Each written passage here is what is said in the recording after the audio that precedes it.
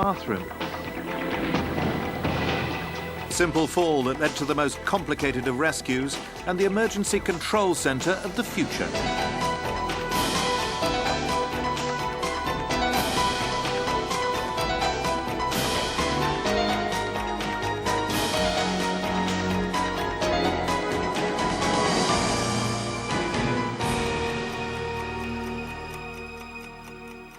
There are few things more endlessly fascinating than watching children happily playing. They're so uninhibited, you never really know what they're going to do next. Parents often joke they wish they had eyes in the back of their head to cope with their children's flair for the unexpected. Michaela Mills only turned her back on her 10-month-old son Jack for just a moment, but it was long enough to have serious consequences. In our reconstruction of what happened, no child was hurt or upset in any way. He's wonderful. He's brilliant. He's naughty, but in like a mischievous way. He's a typical boy. Bath time's a really special time. He was touching everything, into everything. Oh, give it to Mummy. I thought, oh no, he can't plug, it's dirty. And as I went to take it off him, that's when it happened. As Michaela turned away for a second, Jack decided to explore the plug hole. What are you doing, Jack? He couldn't move, his thumb was stuck. It was stuck in the plug.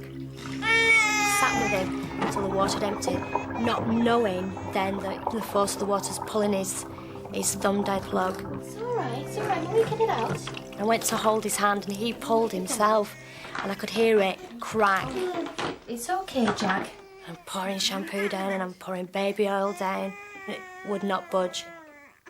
Shh. I knew then he was going nowhere.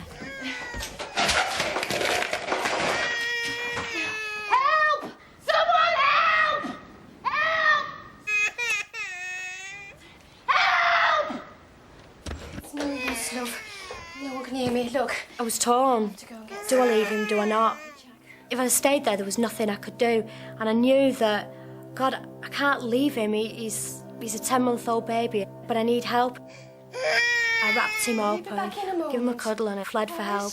I had no choice. But even when she went outside, the road seemed deserted. Jeff! William!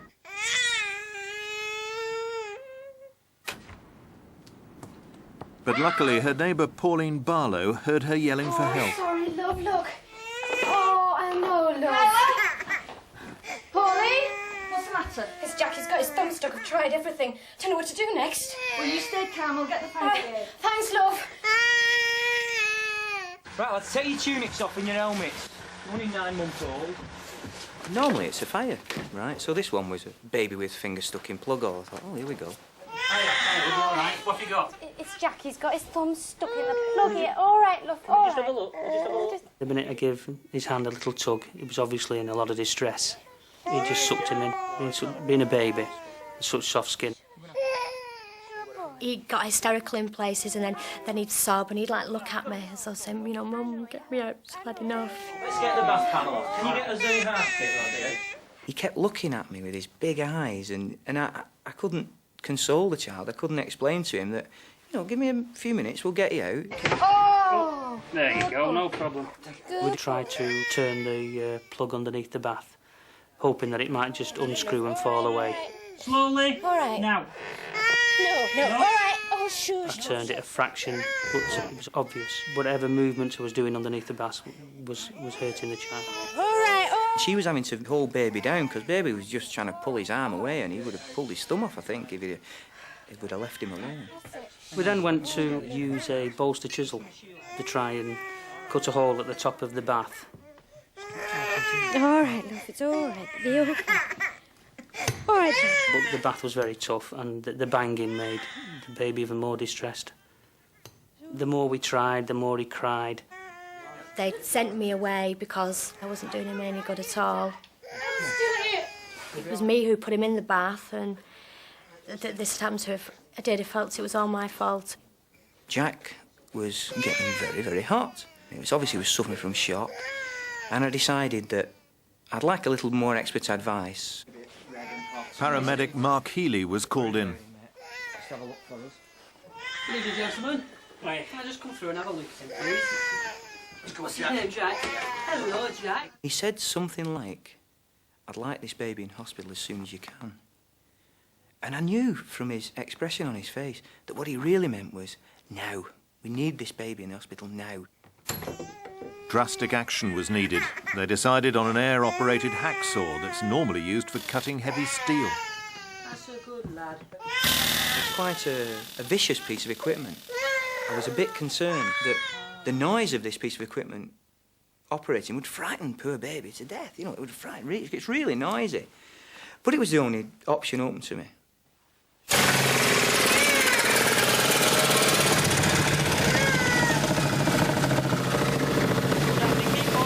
Horrendous. A pneumatic drill, a 6x6 bathroom, very, very loud.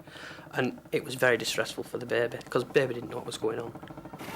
By now, Jack had been trapped for nearly an hour, and his distress was upsetting his rescuers. The crying always bothers you. It's not nice to see a baby so distressed. Yeah, it does bother you, but you've got to do the job that you're there for. Okay, we'll go for this final shot. Keep his head back, Mark. Yeah. Okay.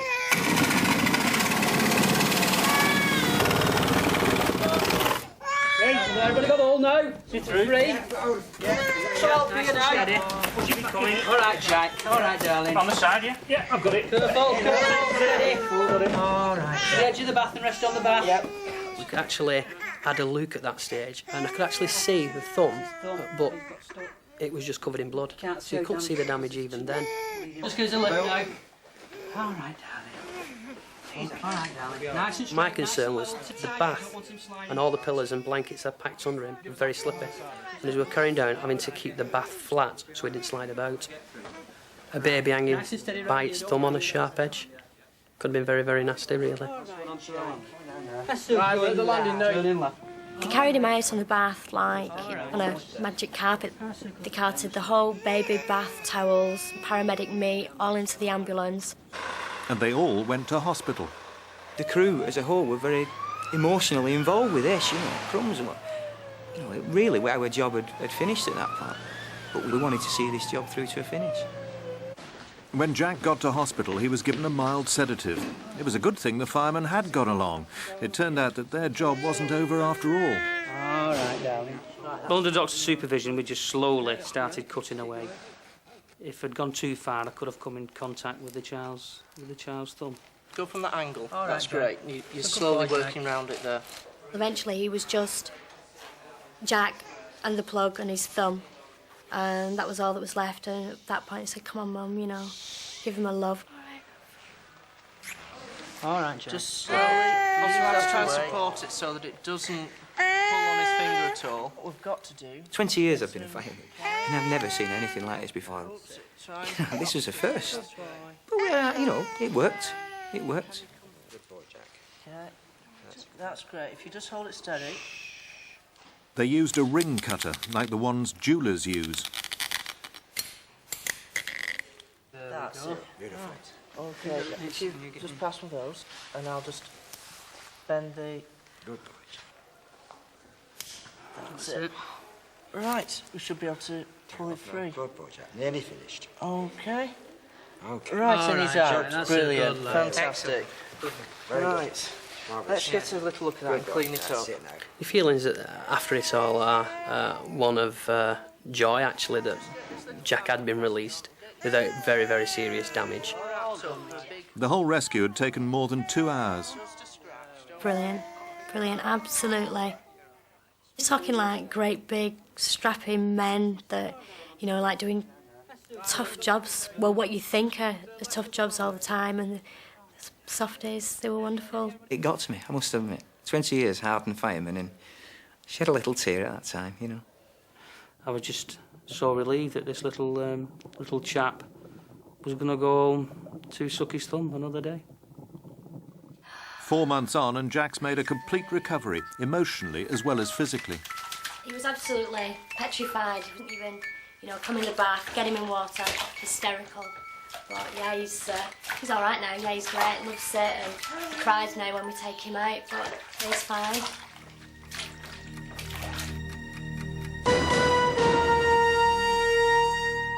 Ambulance, please. I need an ambulance now. This is an ordinary-looking phone box, but if this was a real emergency, it would set in motion a chain of events that could change the face of ambulance control rooms as we know them. And this is where it's all happening, control room of the Essex Ambulance Service. Here, they're using the very latest technology to respond to the hundreds of emergency calls they get every day. If you dial 999 from one of the 3,000 telephone boxes across Essex, this computer will know where you are and will be able to find you on its screens. You think it'll fit you, sorry? The moment the telephone number of the phone box is typed into the computer, it automatically registers the location, which then appears on a computerised map as a pink diamond. Well, the most important piece of information we need is exactly where the caller wants the ambulance to come to. Many of our callers are distressed and sometimes ring for an ambulance and then hang up before giving us a precise location. But this system actually helps us to pinpoint the location. The computer database can also identify 250,000 domestic addresses throughout the region. OK, so we know where the emergency is, but what about the ambulance? This is where 24 satellites orbiting thousands of kilometres above Essex come into play. On the roof of this vehicle is a tiny satellite receiver which continually transmits the location of this and all the other ambulances in Essex back to the control room. The ambulances appear on the screen as coloured squares, and for Terry, this makes the job of dispatching the right one much easier. This is an incident that has just come in. It's a road traffic accident. On the mapping screen, it appears that this vehicle is the nearest. We can confirm that by looking at this screen, and this says that this ambulance is 3 minutes away. That vehicle is now on its way. We'll now follow its progress along the road to the incident. Details of the emergency calls are relayed to a display unit in the ambulance. For paramedics like Paul Gates, it's a real breakthrough. There's certain areas within the county where the radios are quite crackly, quite distant. We come into various dead spots. The display unit helps us by providing us with a hard copy of the exact location and map reference so that we can get to the incident quicker. It still takes crucial minutes for the vehicle to get to the patient.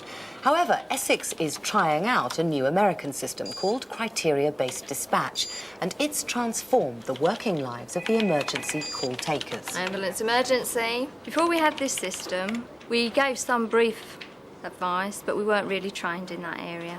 And what's the problem? Now, if somebody calls up and says that there's a patient bleeding, we type in bleeding, and all the information on how to stem that bleeding comes up.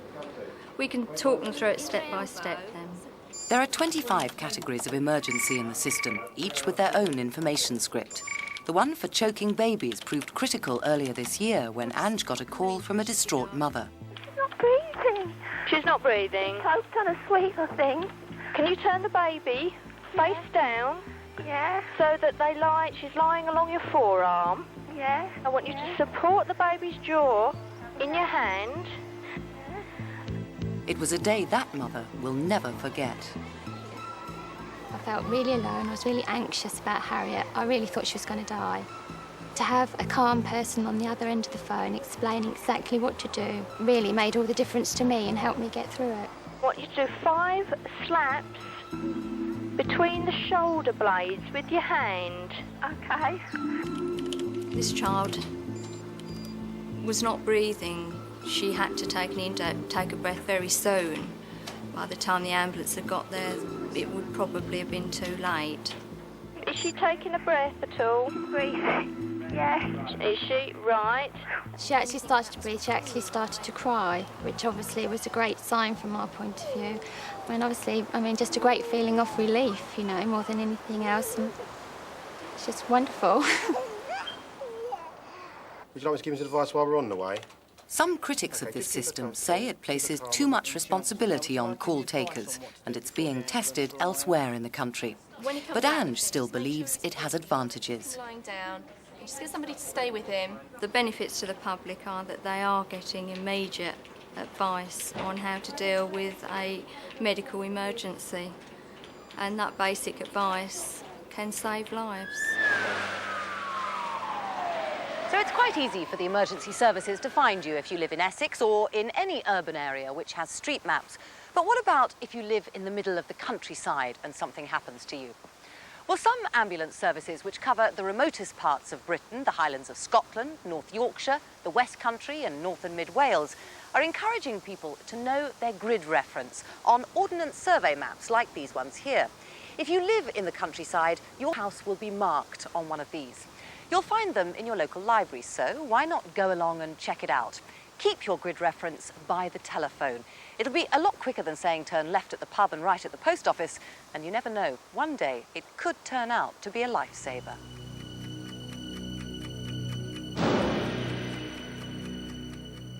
Each week on Lifesavers, we're showing you what it would be like if you were suddenly in the middle of an emergency. The decisions you make, the actions you take over those first few minutes could well save a life.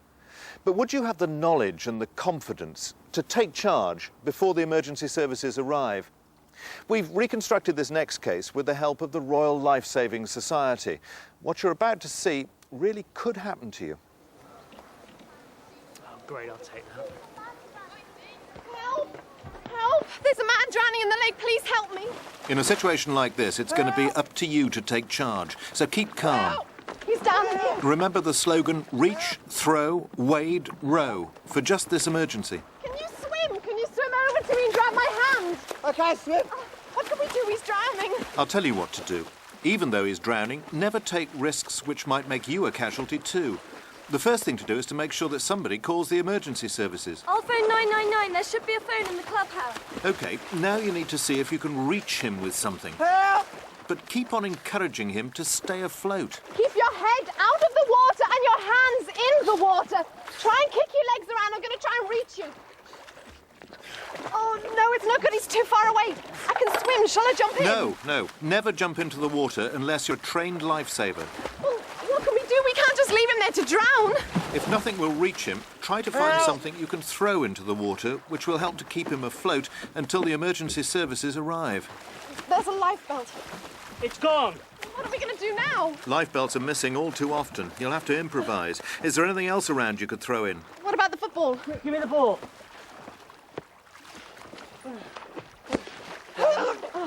There's no use. He's gone under again. In this case, you may have to wade out to him, but find something to measure the depth of the water and check that it's safe. Oh, it's impossible. It's much too deep.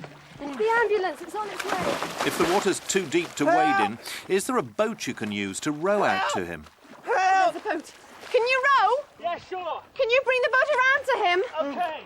Surely there must be something else we can do. It's going to take the boat ages to get around to him. Reaching is still the safest option. Look around for something else you could try. The oar. OK. The oar's a good idea, but you must still take care that you don't put yourself at risk and become a second casualty. I'm going to get the oar out. You OK? I'll grab hold of the end of it. Make sure that somebody holds on to your legs so that you don't get pulled into the water. Keep kicking. In you come. Keep kicking. Make sure you keep... Grab the edge. There you go. Grab the edge. Oh, pull yourself up on your elbow. It's easy to think that he's okay now that he's out of the water, but he may not be. Even if he's breathing and seems fine, you have to assume that he's suffering from shock. What should we do now? Lie him down with his head low and find something to support his legs. They need to be higher than his head. Once you've done that, wrap him up and keep him warm. Loosen any tight clothing and stay with him until the emergency services arrive. So if you come across somebody in trouble in the water, remember the slogan, reach, throw, wade, row. Only ever go into the water yourself if you're a trained lifesaver. And if you want to go on a life-saving course, then ask for details at your local swimming pool. The Royal Lifesaving Society and the Royal Society for the Prevention of Accidents have together produced a special fact sheet on water safety for 999 viewers. And if you want a copy, then send a stamped addressed envelope to this address. 999 Water Safety Fact Sheet, Royal Lifesaving Society UK, Mountbatten House, Studley, Warwickshire, B80 7NN. Now the numbers are strictly limited, it's first come, first served, and we'll give you that address again later in the programme.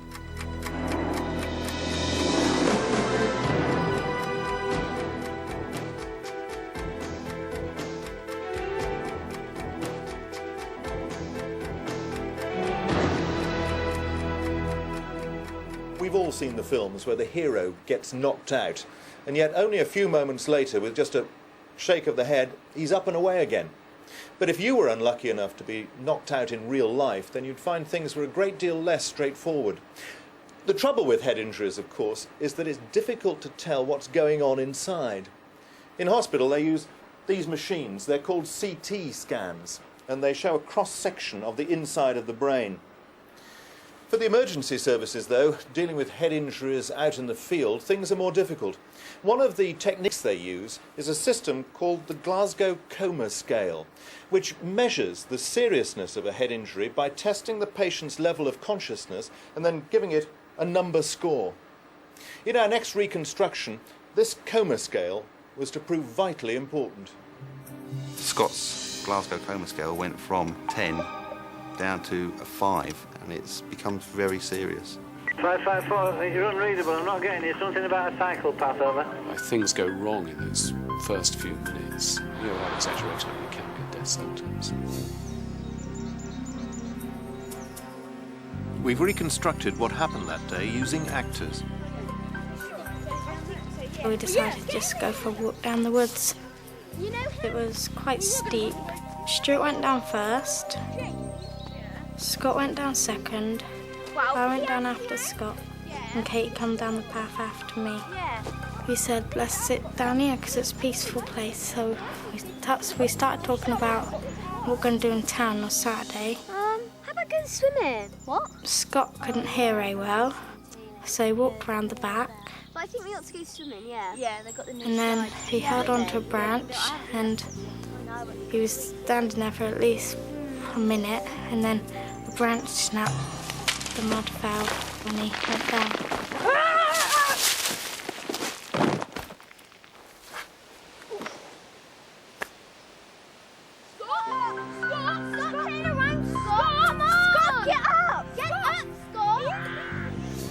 I just felt tangled up inside and quickly rushed to do something. I knew that we couldn't do much just by ourselves. We needed adult help. Scott's brother Jamie stayed behind to see if he could do anything. Scott! Scott! I knew he'd done more and broke his arm.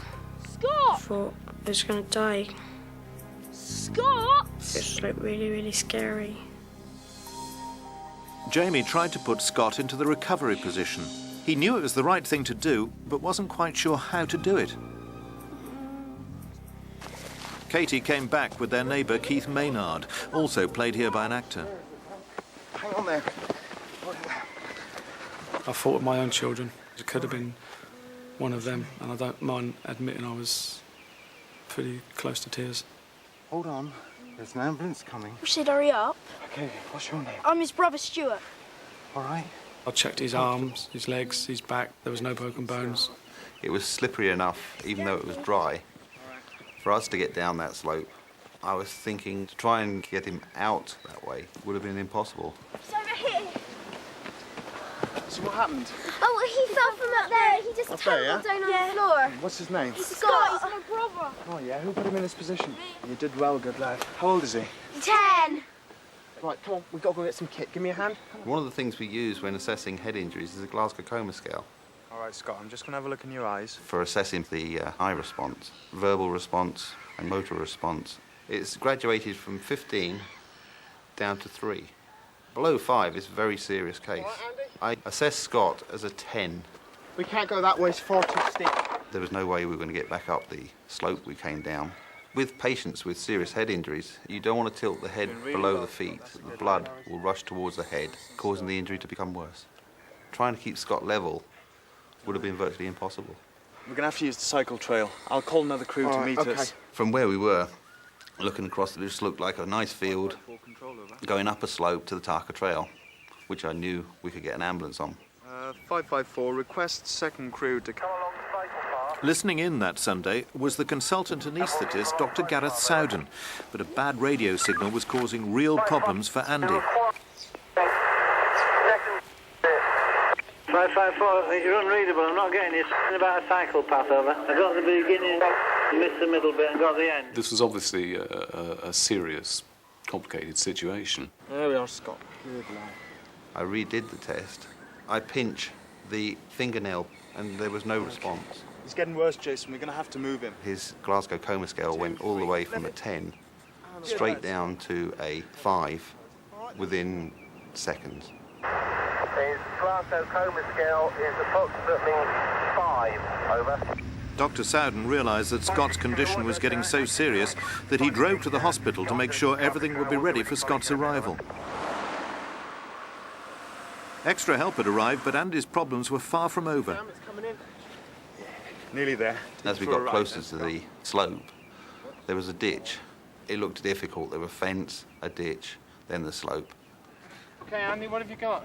Right, we've got a 10-year-old lad with a head injury. Okay. Glasgow coma scale of 5. Okay. All right, Scott, you're doing really well. Good lad. We're going to have to lift and shift, lads. We're not going to get across where the ambulance is at the moment. There's no chance that we can do that, Andy. I was thinking how more difficult this job is becoming.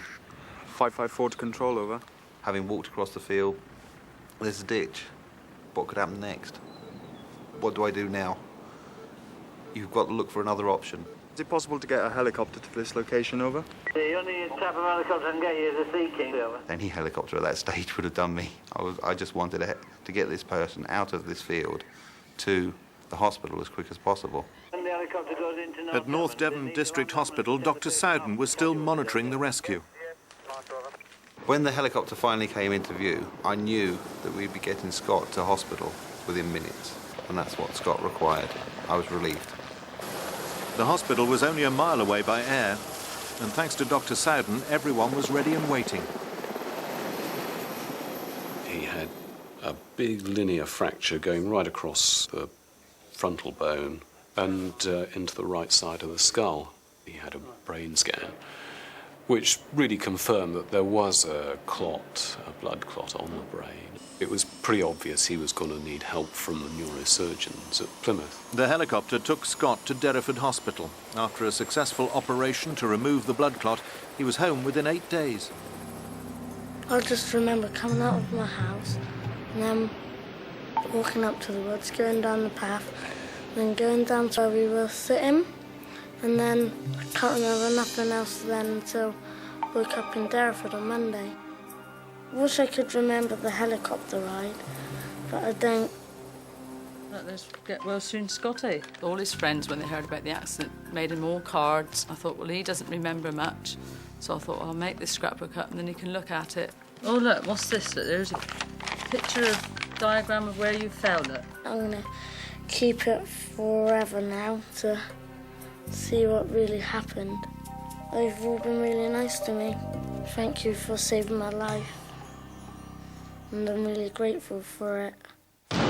Next week, a 999 Bonfire Night special.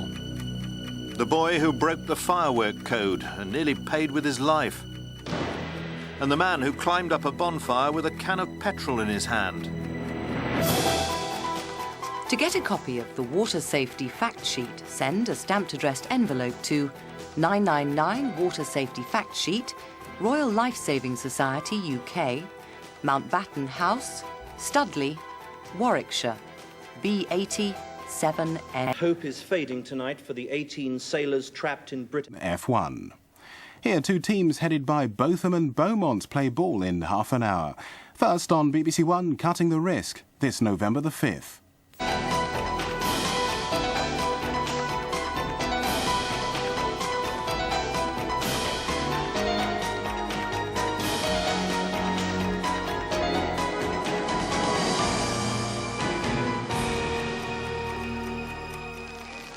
Over the next few nights, millions of us will be enjoying ourselves at fireworks displays and bonfire parties, and we all want to remember the 5th of November as a time of fun and laughter. But last year's bonfire night injury figures were the worst for 20 years. Now, we don't want to be damp squibs, but unfortunately, it only takes one moment's carelessness for somebody to be hurt and for everybody's evening to be ruined. We're devoting the whole of tonight's programme to highlighting ways to help make your bonfire night a success. Now, if you've been listening to BBC Local Radio this week, you may have heard about the offer of our free leaflet produced by 999 and the Department of Trade and Industry. Its slogan is "Be safe, not sorry," and it contains information about the Firework Code and also advice on what to do if something goes wrong. It shouldn't cost you anything and should be available in all shops selling fireworks and also BBC Local Radio stations across the country. And throughout the